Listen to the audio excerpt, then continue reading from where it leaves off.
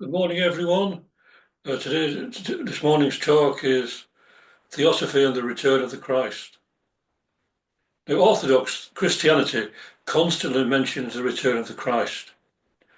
They take this to mean Jesus in person. However, HP Blavatsky states in an article, The Esoteric Character of the Gospels, the coming of Christ means the presence of Christos in a regenerated world, and not at all the actual coming in body of Christ Jesus. This Christ is to be sought neither in the wilderness, nor in the inner chambers, nor in the sanctuary of any temple or church built by man. For Christ, the true esoteric Saviour, is no man, but the divine principle in every human being. He who strives to resurrect the spirit crucified in him or her by his own terrestrial passions and buried deep in the sepulchre of his sinful flesh. He who has the strength to roll back the stone of matter from the door of his own inner sanctuary, he has the risen Christ in him or her. So it is the regeneration of this world by a spiritual impulse that manifests in the heart of all those who foster a love for humanity and who wish to bring back a golden age of peace and harmony back to this planet in the face of all the negativity and cruelty that is so prevalent today. The Zen master Thich Nhat Hanh has a similar thing to say regarding Buddha. He says, the next Buddha will not take the form of a person. The next Buddha will rather take the shape of a community that practices understanding and loving kindness, a community that practices a way of conscious living. This may be the most important thing for Earth's survival. Both the words Christ and Buddha convey the same idea. Jesus was a man overshadowed by the Christ spirit, and as was Prince Siddhartha Gautama by the Buddha. Every one of us has the potential to become Buddha or Christ. Look inward, thou art Buddha, says the voice of the silence. It suggests that we already are Buddhas. We just need to remove the veils that prevent us from seeing it. In the words of the Mahachohan, the Theosophical Master's Master, once unfettered and delivered from the dead weight of dogmatism, interpretations, personal names, anthropomorphic conceptions, and salaried priests, the fundamental doctrines of all religions will be proved identical in their esoteric meaning. Osiris, Krishna, Buddha, Christ will be shown as different means for one and the same royal highway to final bliss.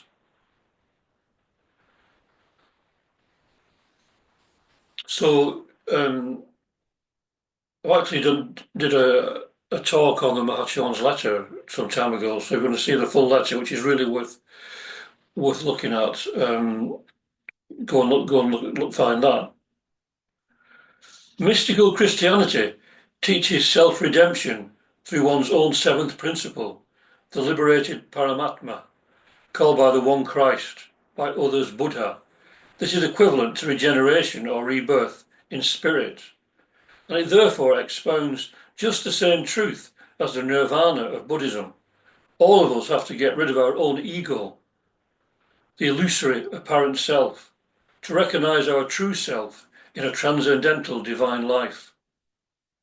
But if we would not be selfish, we must strive to make other people see that truth and recognize the reality of the transcendental self, the Buddha, the Christ, or God of every preacher.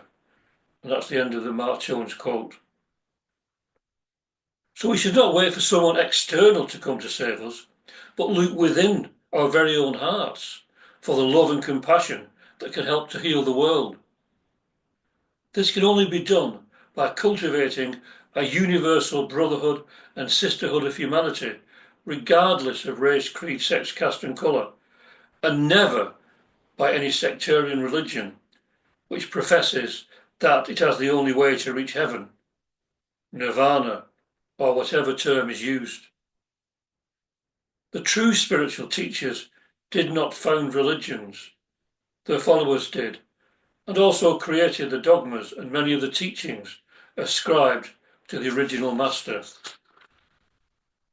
So the teachings weren't particularly written by the or taught by these masters like the Buddha and Jesus. They were written centuries sometimes afterwards, which makes them, not any less valid, but not not all by the original teachers. Turning now to the Bhagavad Gita, chapter 4, verse 7. Whenever there is a decline in righteousness and a rise in unrighteousness prevails, then do I manifest myself, O Bharata. Now this is said by Krishna, but again it is symbolic, as Krishna is the divinity in every one of us. If we have total faith gained by study and meditation in our higher self, then we will find we have its protection constantly. Also, it refers to this return of a general spiritual impetus in the world in general when evil prevails. It is due to the rejection of an unconditional spiritual brotherhood of humanity that led to the world wars and the many conflicts that we have now. The Theosophical masters say that 2/3 of the world's evil is caused by religion and the other third by selfishness. This is a very important fact to take on board. If we attach ourselves to a particular religion, no matter how tolerant we are of other religions, we will always regard ours as the best and therefore fall victim to soul-killing separateness.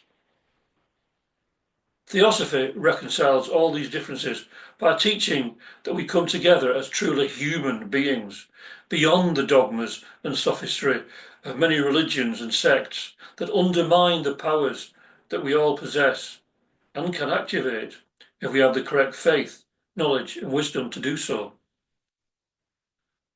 But to rely on intermediaries will take the power out of our hands and make us feel that we need someone else to reach enlightenment or heaven, or wherever the religion or philosophy is leading us. Robert Crosby, the founder of the United Lodge of Theosophy, writes, "For the Theosophical Society in America and all over the world, impersonality means not to worship itself as an organization, to endeavor to get broader and freer, to merge itself more and more into the living spirit of the movement, its higher self, to neither despise itself because it is a form, nor exalt itself because it is as a soul. It is to become less doctrinal and more human." It's very important, become less doctrinal and more human. When Jesus was not a subscriber to the cruel God of the Old Testament, he told us not to follow the eye for an eye and a tooth for a tooth teaching, but to love our enemies and to bless those that curse us. His teaching was very much one of love and compassion. So we need to come together as human beings, beyond religions and dogmas, based on the fact that we are all share the same spirit. HP Blavatsky states in an article, "Our three objects," and many of these quotes I've used before, but they're very important ones to remember, to keep in mind. And she says, "Though but a minority of our members are mystically inclined, yet in point of fact, the key to all our success is, as above enumerated, is in our recognition of the fact of the higher self, colourless, cosmopolitan, unsectarian, sexless, unworldly, altruistic, and the doing of our work upon that basis. To the secularist, the agnostic, the scholastic scientist, such results would have been unattainable, nay, would have been unthinkable. Peace societies are utopian, because no amount of argument based upon exoteric considerations of social morals or expediency can turn the hearts of the rulers of nations away from selfish war and schemes of conquest." You can see how important that is in this modern society, the way the world is at the moment. It is the awakening to this that will bring us all together in a universal brotherhood and sisterhood of humanity, as mentioned. despite all that creates separateness in our lives. There has to be something seriously wrong if religions cause wars and conflicts on all levels, taking into account that those teachers that initiated them taught love and peace. They did not found the religion. This was done by lesser beings who could not grasp the cosmopolitan nature of the teachings and had to institutionalize them. From this, a hierarchical system arose, and ritual and dogma eventually smothered the original impulse. Well, this is not to say that there are no good souls living a spiritual life within their religion, but they are in a minority in the modern world.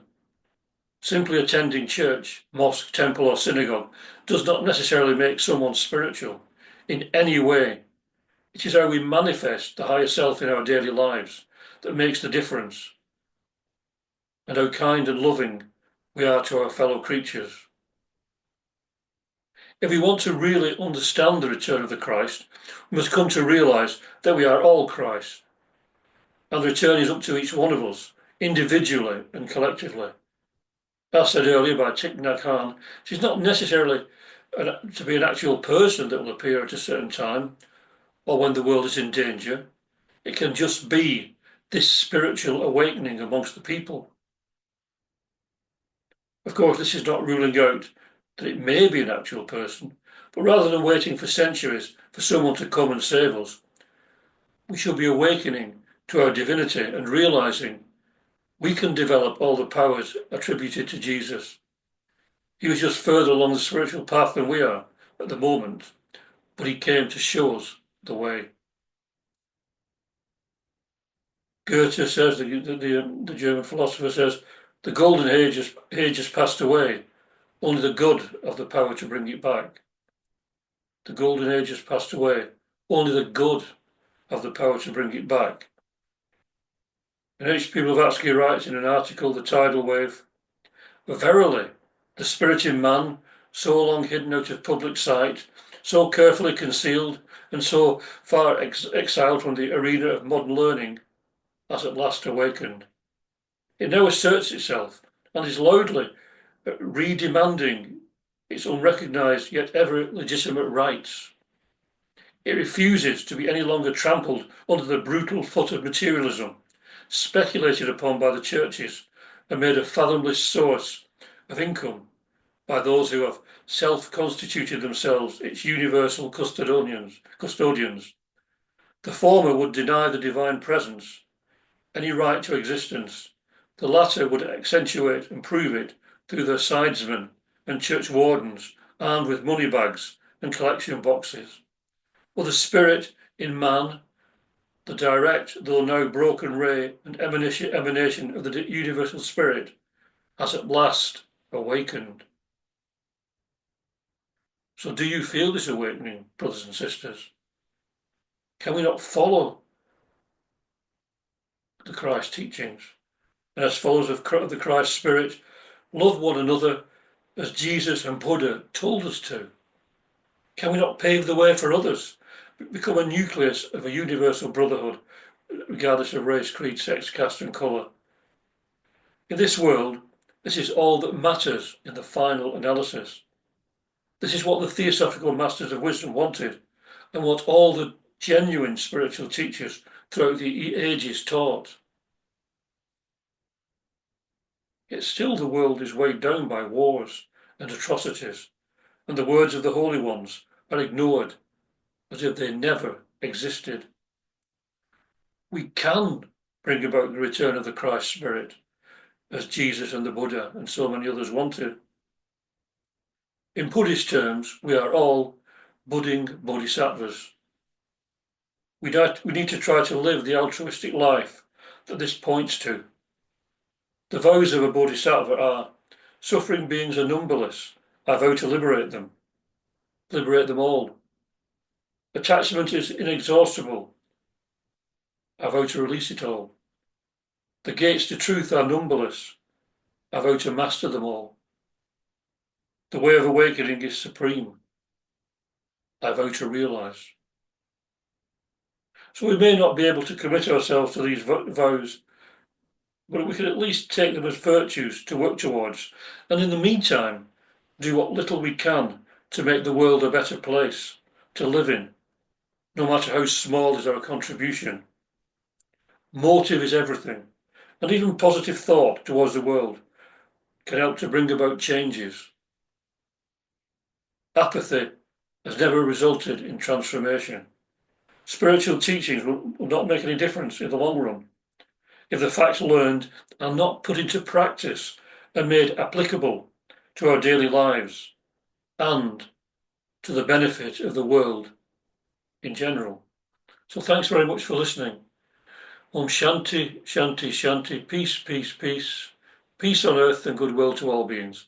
And I hope everyone can do a little bit to help to bring peace to this world. It so sorely needs it. So sorely needs it.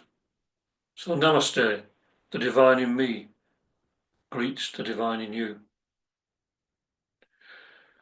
Thank you very much.